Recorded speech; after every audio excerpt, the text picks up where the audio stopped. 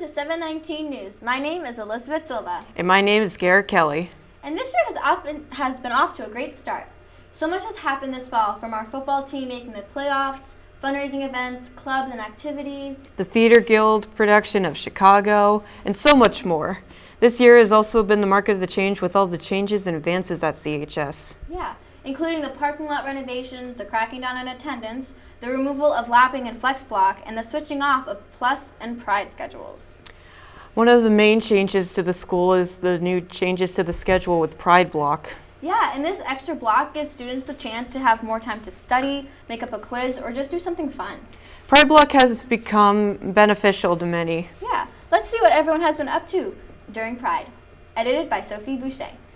Pride Block, this one, the opportunity on the shorthand is for kids on Tuesdays and Thursdays to get extra help during school, or to work in groups, or to have meeting times or practice times for band, orchestra, chorus, or whatever it might be. At the beginning, when Pride Block was first implemented, I was very skeptical of the whole idea. It's much more centered around a specific thing, which can be very, very useful depending on if you have a test to retake, or if you need extra help in a class, or if you just want to have some fun playing trivia with your friends. They can catch up on work, or they can, it helps if you're absent. So if you're absent, you can make up work, or you can just catch up on homeworks that you won't be up as late at night. And I think that's a really great use of Pride Block. I had a student who hadn't seen in quite some time come in and he goes, "We're gonna make blankets?" Because that's my enrichment, is I make baby blankets. And he's like, "Can we make blankets?" I'm like, "Sure." So I set everything up for him while there were other students doing homework. Pride Block, a lot of the time I'm doing work for other classes. Coming up this week, we have a chorus concert, so I'm going to Miss Rader's Pride Block, and we're going to work on some extra stuff we need to get done with that. Sometimes I'll go to academic ones if I have to make up a test, so I'll go to bio class or whatever. Sometimes I'll come to the TV studio because I do that as an extracurricular. It can really help if you miss assignments or things like that. I had to miss a test one day because I was sick, and usually it would be kind of a stress because I would have to stay after school one day or come in early one day. But with Pride Block, I was able to just come in on a Pride Block and take the test, and it wasn't taking away from any of my school time. It was just easy to do during the day. I think it's probably good for them in that there's a downtime for them. They get to do, if they are indeed doing an enrichment, they get to learn something new about us that is not usually, that they usually get to see. It is very, very nice to have that scheduled time that you can use for whatever you want.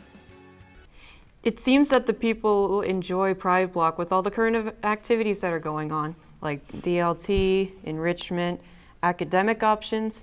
I wonder what's going to happen later in the years. Well, we'll just have to find out. I guess so. That's all for now on Pride Block. This year, a new program that has been implemented is the one-to-one program, where every freshman gets Chromebooks, like Garrett here. And I missed it by 1 year, so that's upsetting. But how do you like it, Garrett? Oh, I love it. I use it pretty much all the time when I'm working. I actually used it to create the script. Good job. Yeah, so let's see how other freshmen and teachers use the Chromebooks. All right then. Here's the video edited by Haley Ruscio. Check it out. One-to-one initiative, I think it's exciting, and I think it really ties into the global, our global world, but it's one where every student in the 9th grade level and the 5th grade is going to get a Chromebook. And over the next 4 years, every grade between 5 through 12 will get a Chromebook. So I teach English. We use the Chromebooks every day. All of our daily writing assignments, our classroom activities, our homework is all posted on Classroom, and so students can access their material and collaborate on assignments. My math class, my science class, English, and Spanish are probably the 4 that I use it the most in. I like it in ELA because I'm not a big fan of handwriting. I really like to type like essays. I think the most beneficial aspect is how personalized the instruction can become. Students who work at different paces or have different learning styles, we can kind of meet those demands. I think that it's good because it's like in Google Classroom and Google Docs and everything, all the information is already there. Like when you're absent and stuff like that, it's all there for like when you're sick, so you can do it at home, rather than if you had to go into class and get like a paper worksheet. It's more free. I'm able to kind of do more what I want. If I'm in a class and I'm done with that class's work, instead of just sitting there. I'm able to just open up my Chromebook and be able to, finish my homework for another class. I have 26 nieces and nephews. All of them had to get a laptop of sorts when they got to college with a requirement. So I know for those going into further education, it's a seamless transition if they're used to it. Even with students who aren't going to go to education afterwards, so much of our aspects are done on the computer nowadays. By not giving our kids this opportunity, we're actually putting them behind the 8 ball. The one-to-one program is a new and beneficial change at the high school. As Mr. Murray said, it's teaching important skills for students to help us succeed in the future. Through Chromebooks, technology is all about connecting. But another important connection we make is with people in diversity. Diversity is such an important part of my life, and because of this, I produce this next segment. My parents are from Portugal, and I learned English as a second language, as with so many people at CHS. Principal Murray grew up in Chelmsford, but back then, there wasn't as much diversity within the community as there is now. Mom's from Mexico, and she lived in Mexico City, Juarez, and Chihuahua. And so she moved up here. All my cousins are down there. And growing up in Chelmsford was different. My mom was really the only one of 2 people I knew that spoke Spanish within the town. And it was, I know I wasn't proud of my heritage growing up. And as I got older, I became more and more proud of it. And it's, so I wish I had a little more courage when I was younger. I think if we can get more staff members with ethnic diversity, it'll help foster that. I actually support 7 ESL teachers in our district who support our English learners. I have about 16 students this year from 8 different countries, so they speak a variety of different languages. I'm from Puerto Rico. When I moved first to New York, I was in Bronx, New York, and when I go to that country, I feel like a little sad and a little uncomfortable. I was miss my country. I'm from China, which is exactly another side of the world. I'm from India. People are different, and there are different ideas in different places. Student actually takes an assessment each January.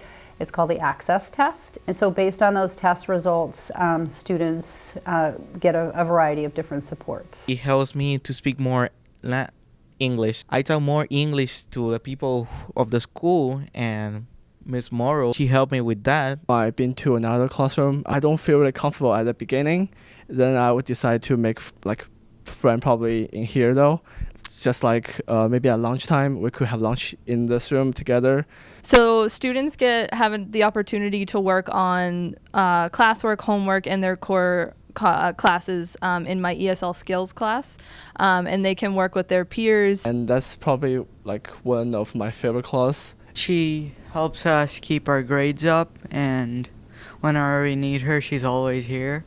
What I like here too is I learn more about famous people that I never know, and I meet new friends. I love actually going to the buildings and seeing the students and the teachers interact with one another.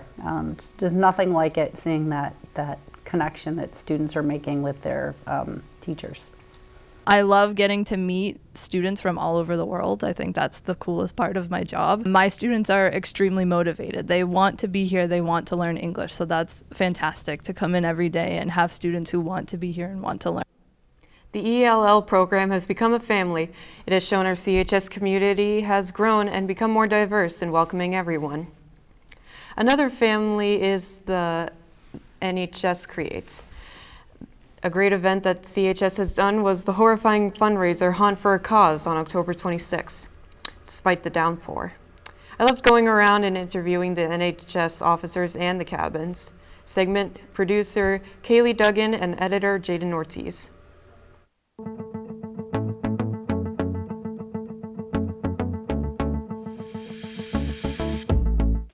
I'm here with Bobby Lee. So in your own words, what do you think Hunt for a Cause would be mostly about? Hunt for a Cause is really raising awareness for those who need it, and it's a really fun thing for the kids. It's a fun event for all the kids involved. It's a good fundraiser. It's helping a great cause. I'm just glad to be a part of it. And I'm really glad that I could bring happiness to some people's lives. All right. So can you tell us why you chose this theme for this cabin? We chose Under the Sea because we thought that it would have been best. There's a couple movies about it just recently. There's like Finding Dory not too long ago. There's Moana. So a lot of things about we could do with the ocean. So we had a lot of fun with that kind of idea. So we just we just like to went with it with the fish and the music and all that sort of stuff. I'm here with Delaney Schiffen. So, Delaney, what wanted you to come onto the board for Haunt for a Cause? So I'm on the board for National Honor Society, and we run the event Haunt for a Cause. And so it's a really fun event. I was inspired to run for the NHS board because it's a really great organization, and I love doing community service. So it's a great way to further that cause. And doing Haunt for a Cause is really allowing us to connect with the community, and both within our school by working together to make this event happen, and community outreach throughout Chelmsford. I'm here with Haley. So, Haley, can you explain to us what you think Haunt for a Cause is mostly about? I think Haunt for a Cause is really something to bring the community together and like have everyone come and have a good time and raise money for a good cause. I am here with Matt. So, can you tell us, on your own words, what do you think that Haunt for a Cause is mostly about? I think it's about a lot of things. I think for kids, it might just be about candy, but in general, I think it's also about, about making a difference and raising money for a variety of really good causes throughout the years. Like the Paul Center does a lot of great work, and I think it's a really great place to be. As you can see, the theme is jungle this year. So we have a variety of jungle-themed things, events, games, and we have Jungle Boogie playing in the background, of course. I'm here with Miss Sear, is that right? Yeah. And we are here at the Carnival Haunted House with the football team. So can you tell us why you decided to do a haunted house? Sure. So this is actually the resiliency class that runs this cabin, and every year we do it as our community service component of the class. And every year the kids plan it, think of a theme, come decorate and put it all together. So welcome to Haunted Clowns.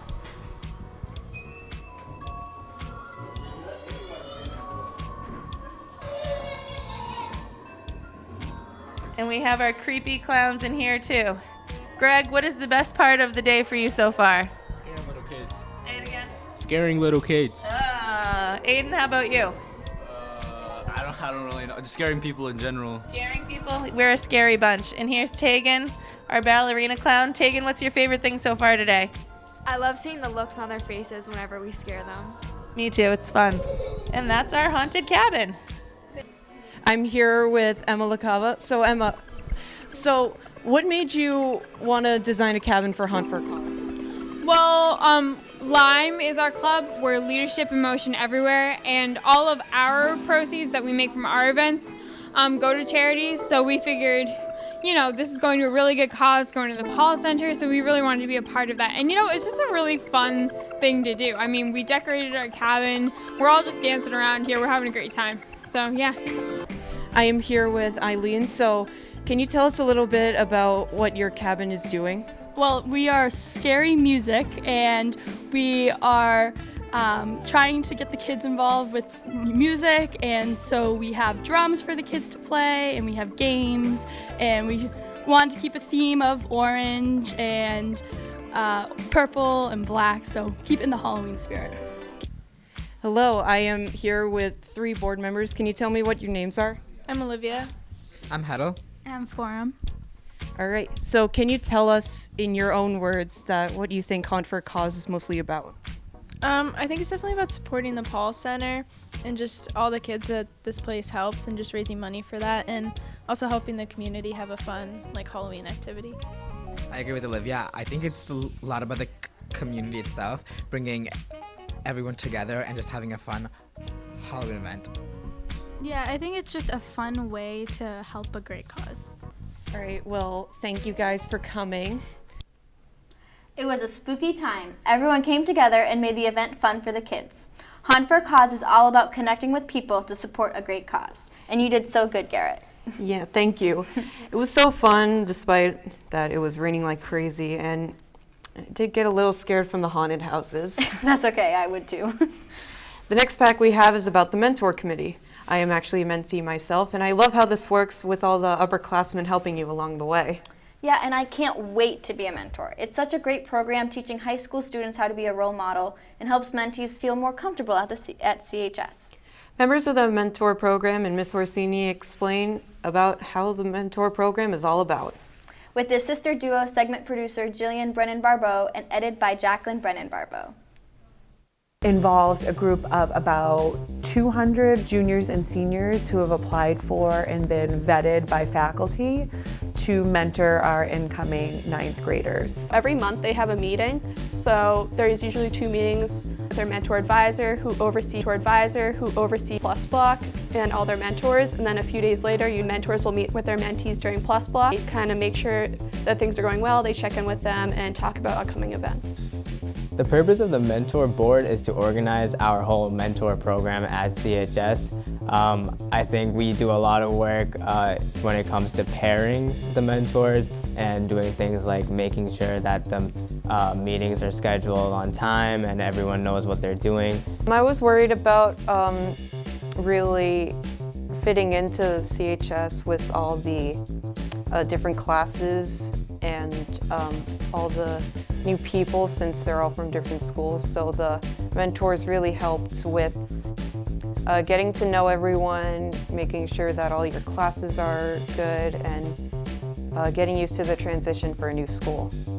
Well, as a mentee, I was very shy and I was very scared to get involved and whatnot. And I wish now, as a freshman, I got more involved with different clubs and activities.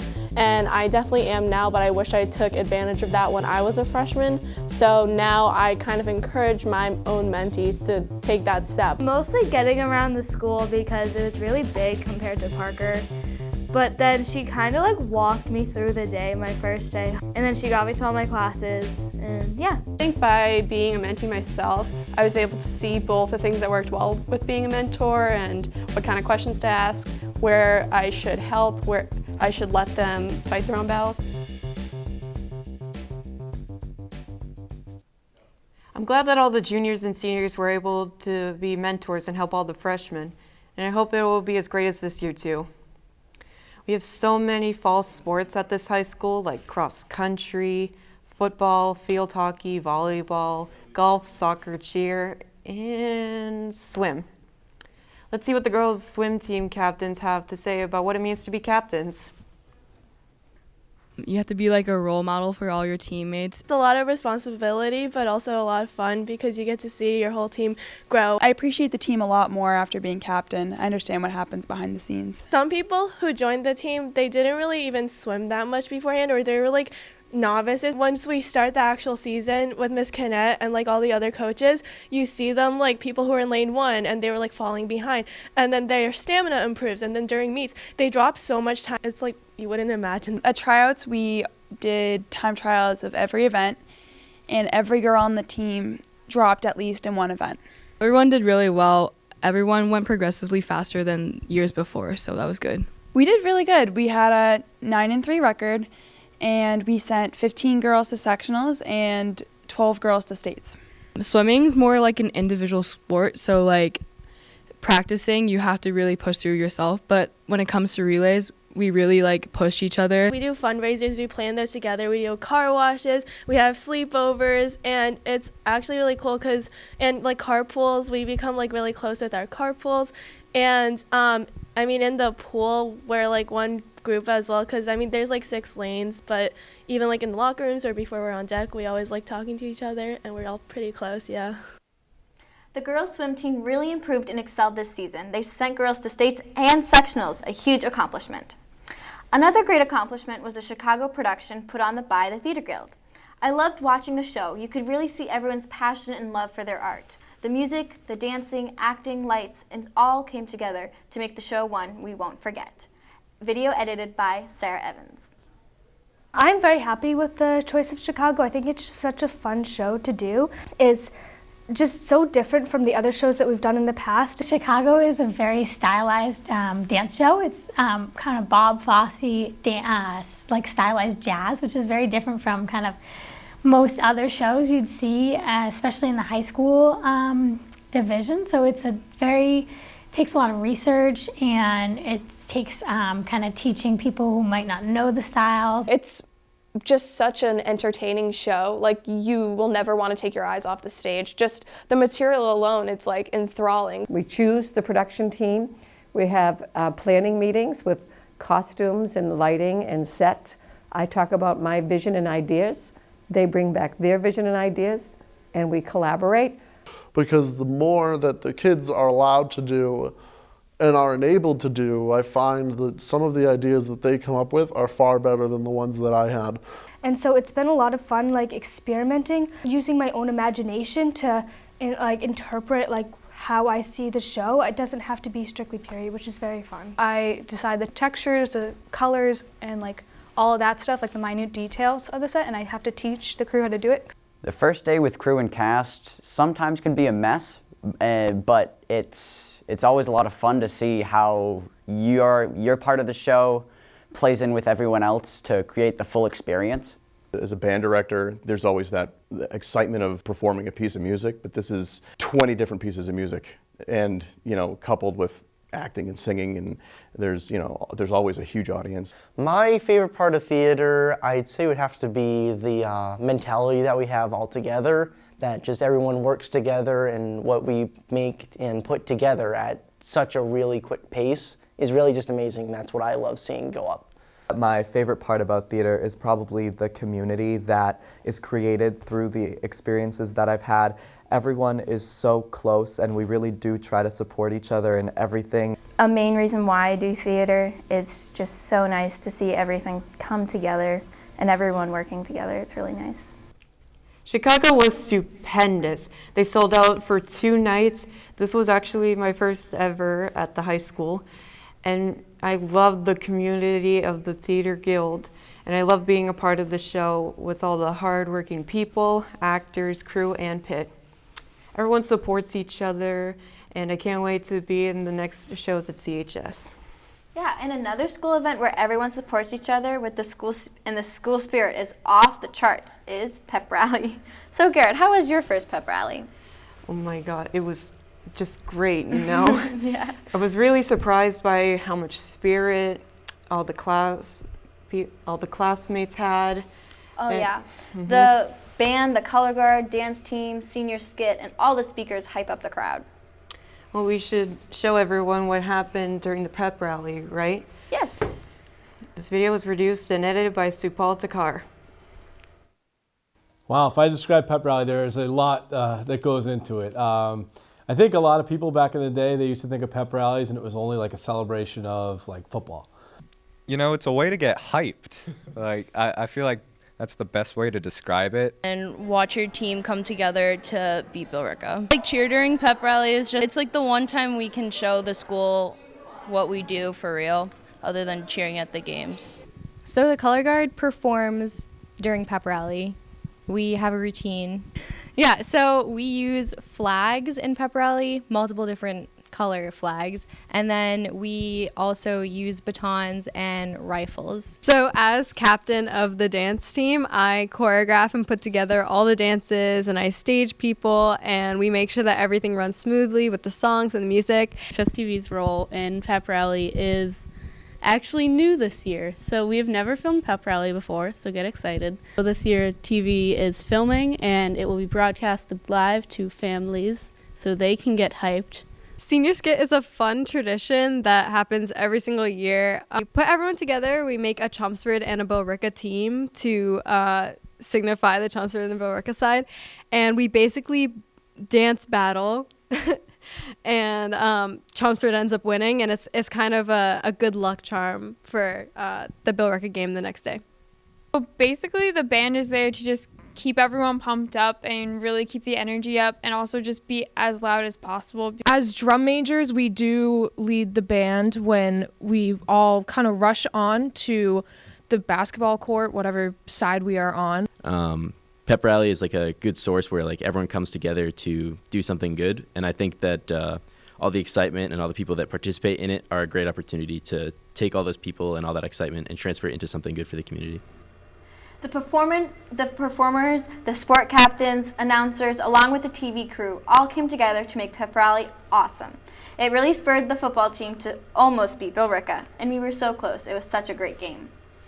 The beginning of the school year has been off to a great start with all the different activities going on, and I'm sure it's going to become a great rest of the year so far. Oh yeah, and my favorite part of high school is meeting so many different amazing, passionate people who enrich the community at CHS.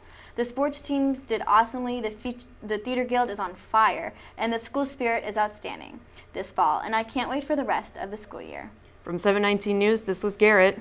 And Elizabeth, signing Signing off. off.